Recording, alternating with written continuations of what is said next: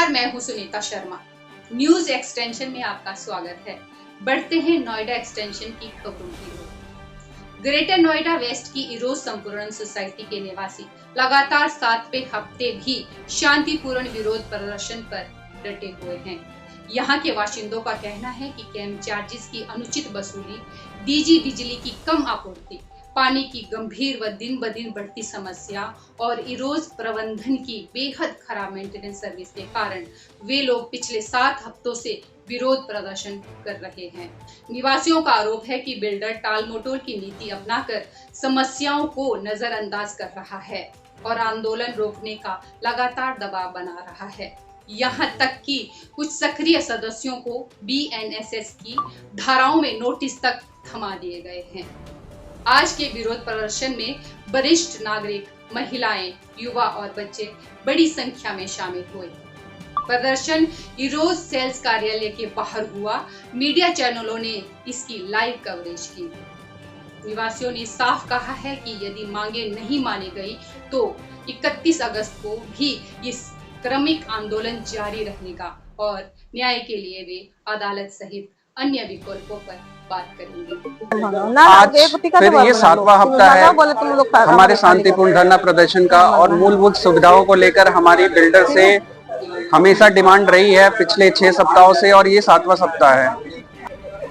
विरोध मैनेजमेंट, हाय हाय, विरोध मैनेजमेंट, हाय हाय, विरोध मैनेजमेंट, होश में आओ, विरोध मैनेजमेंट, होश में आओ। तानाशाही नहीं चलेगी, तानाशाही नहीं चलेगी, तानाशाही नहीं चलेगी। हमारी मांगे पूरी करो, हमारी मांगे पूरी करो, हमारी मांगे पूरी करो। विरोध मैनेजमेंट, हाय हाय, विरोध मैनेजमेंट, होश में आओ, विरोध मैनेजमेंट, होश में आओ, विरोध मैनेजमेंट, होश में आओ। वी कैंप चार्जेस वापस लो, वी कैंप चार्जेस वापस लो, वी कैंप चार्जेस वापस लो। कम्युनिटी सेंटर में एंट्री दो, कम्युनिटी सेंटर में एंट्री दो। वी कैंप चार्जेस वापस लो। विरोध मैनेजमेंट, हाय हाय, विरोध मैनेजमेंट, होश में आओ, विरोध मैनेजमेंट, होश में आओ। तानाशाही नहीं चलेगी, तानाशाही नहीं चलेगी। हमारी मांगे पूरी करो, हमारी मांगे पूरी करो। विरोध मैनेजमेंट, होश में आओ, विरोध मैनेजमेंट, होश में आओ, विरोध मैनेजमेंट, होश में आओ। वी कैंप चार्जेस वापस लो, वी कैंप चार्जेस वापस लो,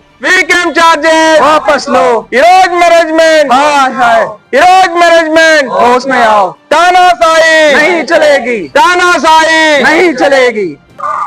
मेरा नाम मोम्पी गुड़िया है, G1 टावर 303 की निवासी हूँ। हम लोग आज 7वां प्रोटेस्ट में आए हुए हैं। सब लोग बहुत दिन से चल रहे हैं, ये 7वां सप्ताह है जहाँ पर हम लोग प्रोटेस्ट के लिए आए हैं। और मेंटेनेंस है कि जिनको नींद ही नहीं खुल रहा है, ना हमसे बातचीत कर रहे हैं, ना उनको कोई फर्क पड़ रहा है कि हम लोग किस मुद्दे को लेके आए हुए हैं और किस मुद्दे को लेके आज तक हम लोग इस चीज़ को कंटिन्यू कर रहे हैं। उनको कोई फर्क नहीं पड़ रहा है। जैसे कि हम लोगों की शुरुआत से हम बोले कुछ मेजर चीज़ को लेके हम लोग चल रहे थे।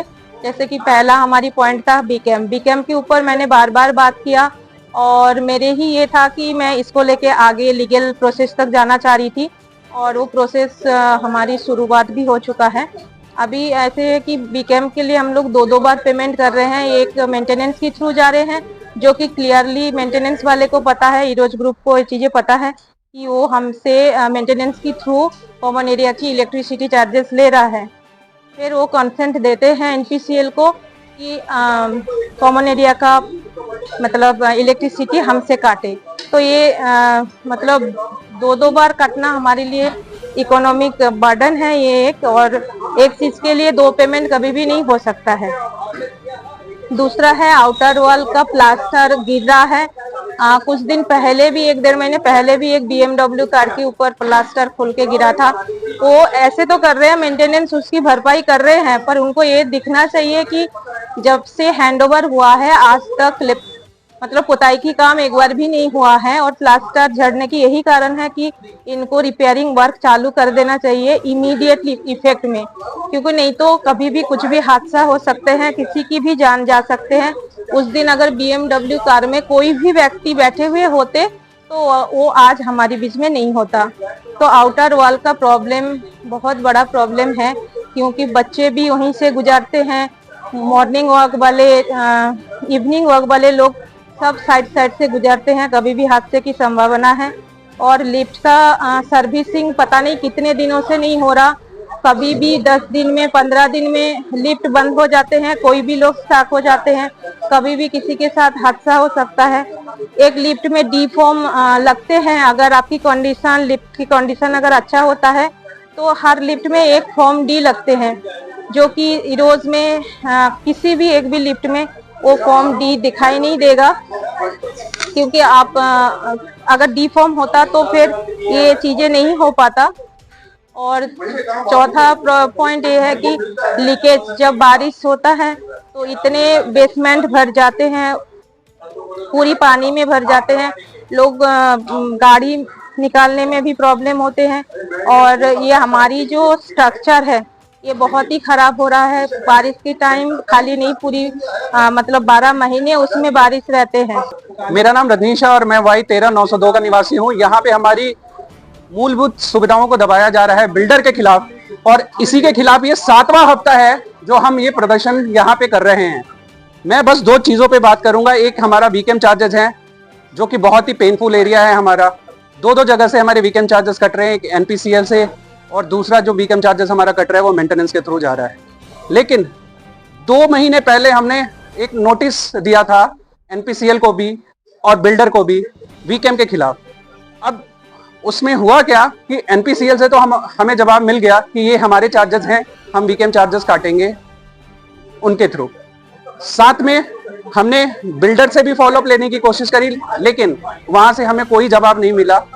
तो ये हमें बिल्डर क्लियर करे, बिल्डर के साइड से क्लियर होना चाहिए कि वीकेम चार्जेस उनका है या वीकेम चार्जेस एनसीपीएल का है, ताकि हम आगे फर्दर स्टेप ले सकें। दूसरा हमारा एक मेजर समस्या जो है वो आउटर वॉल का है। आउटर वॉल के चलते अभी कुछ घटनाएं भी घटी थी सोसाइटी के अंदर। कुछ कैजुअलिटी होने से बच गई, क्योंकि वो कार पे आउटर वॉल गिरा था और कार क्षतिग्रस्त हो गई थी। वहां अगर बच्चे रहते, बुजुर्ग रहते, तो वहां पे कैजुअलिटी होने के चांसेस थे। तो ये 2 चीजें हैं, मेजर चीजें हैं, जो कि बिल्डर को बिना कहे करना चाहिए, क्योंकि वो हमारे से मेंटेनेंस तो ले ही रहा है। लिफ्ट की सबसे बड़ी समस्या है, लिफ्ट कभी भी चलती है, बंद हो जाती है, उसका कोई अता पता नहीं होता कि वो कब चले, कब बंद हो जाए और कब गिर जाए, जहाँ कैजुअलिटी के चांसेस बहुत ज्यादा हो जाते हैं। तो ये 3 समस्याएं हमारी मेजर समस्याएं हैं, जिन पे हम बिल्डर से फॉलोअप भी ले रहे हैं, लेकिन बिल्डर हमें कोई जवाब नहीं दे रहा, हमें बस घुमाया जा रहा है। और अभी कुछ दिन पहले भारी बरसात के कारण यहाँ पे जो हमारा बेसमेंट है, बेसमेंट में पानी भर गया था और बहुत ही दिक्कत हुई थी ऑफिस जाने वालों को और यहाँ के निवासियों को। अब इस पे भी हमने जब फॉलोअप लेने की कोशिश करी, हमने बिल्डर को मेल भी करा, हमने वीडियो के साथ मेल करा, सारी चीजें उनको बताई, लेकिन उनके तरफ से कोई सटीक जवाब नहीं आया। अब वो वेट इसका कर रहे हैं कि ये सीजन निकल जाए और इनका ये सीपेज का या पानी की समस्या ये चली जाए, फिर अगले साल जैसा भी हो, अगले साल हम फॉलोअप करेंगे।